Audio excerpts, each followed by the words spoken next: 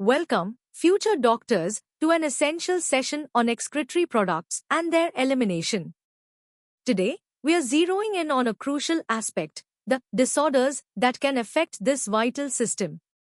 From common kidney stones to life-saving transplants, understanding these conditions is key to grasping human physiology and pathology. We'll journey through this topic across 4 levels of depth: easy, medium, hard, and hardest, building your knowledge step by step, perfect for your NEET preparation.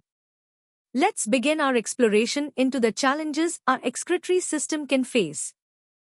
Ready to start simple? In this easy section, we'll introduce you to some basic problems our kidneys can encounter. Think of it as learning the ABCs of kidney health challenges. Let's uncover the common issues. First up, let's talk about kidney failure. Imagine your body's main filter suddenly stops working. That's essentially kidney failure. When kidneys lose their ability to properly remove waste and excess fluid, harmful substances build up, which can be life-threatening. For severe cases, this might mean needing a machine to filter blood, a process called dialysis. Now, moving to a common, painful issue, renal calculi, or kidney stones. These are hard deposits of minerals and salts that form inside your kidneys. They can be incredibly painful as they try to pass through the urinary system. Continuing our easy dive into disorders, let's look at more about those kidney stones and then glomerulonephritis. We just mentioned calcium oxalate stones, which are a frequent culprit behind that intense pain. And what about glomerulonephritis?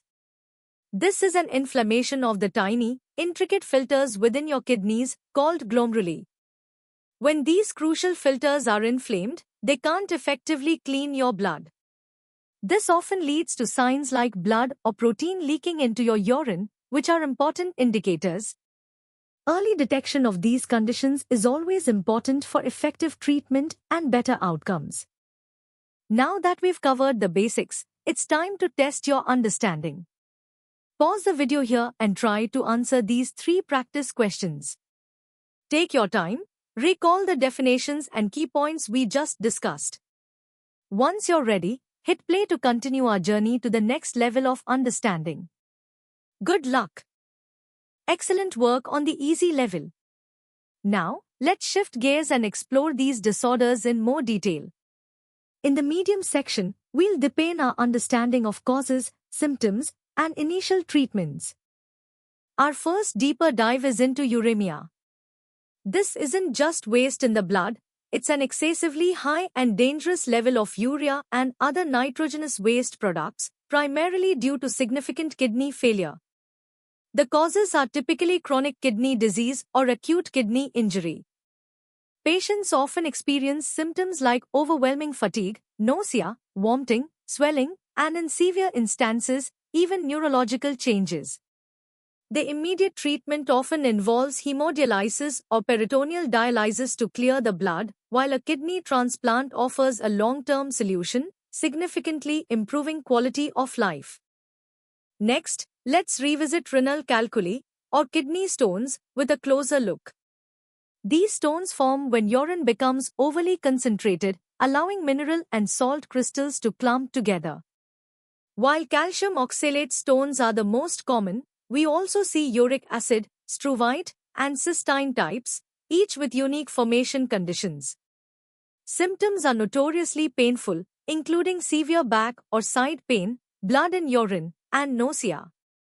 Treatment ranges from simply drinking more water and pain management to breaking stones with shock waves, known as lithotripsy, or even surgical removal for larger, problematic stones. Prevention through dietary changes is also key. Moving on to glomerulonephritis, this condition's causes can be quite varied, often triggered by infections like strep throat or by autoimmune diseases such as lupus. The underlying mechanism involves inflammation damaging the tiny glomeruli, compromising their ability to filter blood and retain essential proteins. This damage manifests as symptoms like blood and protein in the urine, swelling, edema, and high blood pressure. Treatment approaches vary widely, from antibiotics to corticosteroids or immunosuppressants, depending on the specific cause.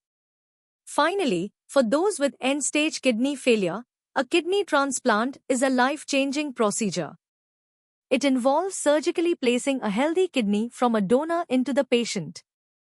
While highly effective, the main challenge is managing the recipient's immune system, which requires lifelong immunosuppressive medications to prevent organ rejection.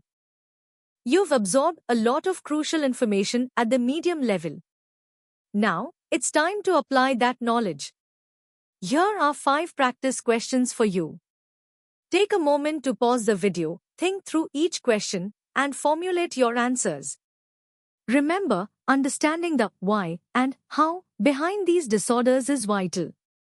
When you're ready, unpause and we'll move on to the hard level. Best of luck. Fantastic progress. You're ready for the hard level, where we'll dissect the complex pathophysiology and intricate mechanisms behind these excretory disorders. Prepare for a deeper dive. Let's scrutinize uremia further, specifically its pathophysiology and far-reaching systemic effects. Uremia isn't just high urea, it's a profound consequence of a progressive decline in the glomerular filtration rate, leading to a dangerous accumulation of nitrogenous wastes and other uremic toxins. This impacts nearly every system. Cardiovascularly, it can lead to hypertension and pericarditis. Hematologically, severe anemia results from reduced erythropoietin production, alongside platelet dysfunction. Neurologically, patients can suffer from uremic encephalopathy, manifesting as confusion, seizures, or peripheral neuropathy. Endocrine-wise, it disrupts glucose metabolism and causes secondary hyperparathyroidism, leading to bone issues. And critically, the kidney's inability to excrete acid results in metabolic acidosis, lowering blood pH. Now, let's get into the nitty-gritty of renal calculi, exploring their detailed types, composition, and the specific factors driving their formation. The most common are calcium oxalate stones, often linked to high calcium or oxalate levels and influenced by diet. Uric acid stones form in acidic urine and are prevalent in conditions like gout. Struvite stones, also known as infection stones, are uniquely associated with urinary tract infections caused by specific urea-splitting bacteria. Lastly, cystine stones are a rare genetic disorder where the kidneys fail to reabsorb cystine properly. Crucial factors influencing all these include urine pH, the supersaturation of salts, the presence of natural inhibitors like citrate, and, of course, hydration levels. Understanding these specific compositions and contributing factors is key to both treatment and prevention. Moving to glomerulonephritis, its etiology is often immune-mediated, involving either the deposition of immune complexes, a type 3 hypersensitivity reaction, or direct antibodies against the glomerular basement membrane, a type 2 hypersensitivity. Complications can be severe, including progressive renal failure, the development of nephrotic syndrome with its hallmark proteinuria and edema, and persistent hypertension. Transitioning to kidney transplant, the immunological basis is paramount. Human leukocyte antigen, or HLA, matching between donor and recipient is critical to minimize the immune system's aggressive response. Lifelong immunosuppressants are then vital to prevent rejection. Rejection itself comes in types. Hyperacute rejection occurs minutes to hours post-transplant due to preformed antibodies, leading to immediate graft loss. Acute rejection, occurring days to months later, is often T-cell mediated and, importantly, can often be reversed with intensified immunosuppression. You've navigated some truly challenging concepts. Now it's time to consolidate your understanding with these 7 hard-level practice questions. These questions will challenge your analytical skills and your ability to connect different physiological principles. Pause the video, dedicate ample time to each question, and think deeply about the underlying mechanisms and implications. When you're confident in your answers, resume playback as we prepare for the ultimate challenge, the hardest level. Keep up the great work. Congratulations on making it this far. Welcome to the hardest level, where we push the boundaries of your knowledge. We'll explore advanced therapeutic interventions, sophisticated diagnostics, and complex genetic underpinnings of excretory disorders, preparing you for the toughest competitive questions. Let's conquer this together. First, let's dissect hemodialysis, a life-saving intervention. Its principle relies on diffusion, osmosis, and ultrafiltration across a highly specialized semi-permeable membrane within the dialyzer, essentially an artificial kidney. In the procedure, blood is drawn from the patient, usually through an arteriovenous fistula, and pumped through this dialyzer. Inside, the patient's blood flows countercurrent to a carefully formulated dialysate solution. This dialysate is designed with specific concentrations of electrolytes, buffers, and glucose, but crucially lacks the waste products present in the blood, facilitating their efficient removal via diffusion. Factors like membrane surface area, blood flow rate, and dialysate flow rate are meticulously controlled to optimize the clearance of toxins from the patient's system. Next, let's explore peritoneal dialysis, an alternative to hemodialysis. Here, the peritoneum, the natural lining of the abdominal cavity, serves as a semi-permeable membrane. A specialized catheter is surgically placed to introduce dialysate directly into the peritoneal cavity. Over several hours, waste products and excess fluid diffuse from the capillaries within the peritoneal lining into this dialysate. There are two main types. Continuous ambulatory peritoneal dialysis, or CAPT, involves manual exchanges performed by the patient multiple times a day, offering flexibility.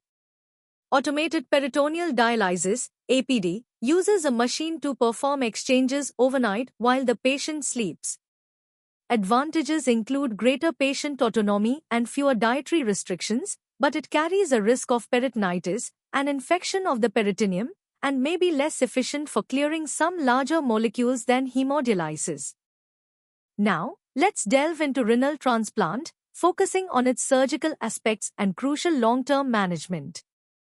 Donor selection is rigorous, involving living-related, living-unrelated, or diseased donors, all undergoing extensive screening for blood type and human leukocyte antigen compatibility, as well as absence of transmissible diseases. Surgically, the donor kidney is typically placed in the iliac fossa, or lower abdomen, with its renal artery and vein meticulously connected to the recipient's iliac vessels and the ureter connected to the bladder. Post-operatively, intensive care is vital for monitoring graft function, detecting infections, and identifying any signs of rejection. Critically, recipients must adhere to a lifelong regimen of immunosuppressant medications to prevent their immune system from attacking the new organ. However, this immunosuppression carries its own set of long-term complications, including an increased risk of infections, cardiovascular disease, and certain malignancies, making careful management paramount for graft and patient survival. Finally, let's examine advanced diagnostics and the genetic basis of certain kidney disorders. Beyond routine urine tests, microalbuminuria is a crucial early indicator for diabetic nephropathy, while urine osmolality assesses renal concentrating ability. In blood tests, beyond serum creatinine and estimated GFR, cystatin C is a newer, more GFR-independent marker. Imaging studies like renal ultrasound can detect stones or hydronephrosis, while CT and MRI provide detailed anatomical views. Crucially, a renal biopsy offers a definitive diagnosis for many complex glomerular and interstitial diseases. On the genetic front, autosomal dominant polycystic kidney disease, or ADPT, caused by PKD1 or PKD2 gene mutations, leads to numerous kidney cysts and progressive failure. Alport syndrome, stemming from defective type 4 collagen genes, results in hematuria, progressive renal failure, and often hearing loss, highlighting the multisystemic impact of genetic defects. You've absorbed a tremendous amount of complex information. Now it's time to truly challenge your understanding with the first set of 5 hardest level practice questions. These questions demand critical thinking, integration of concepts, and an in-depth grasp of the topics we've covered.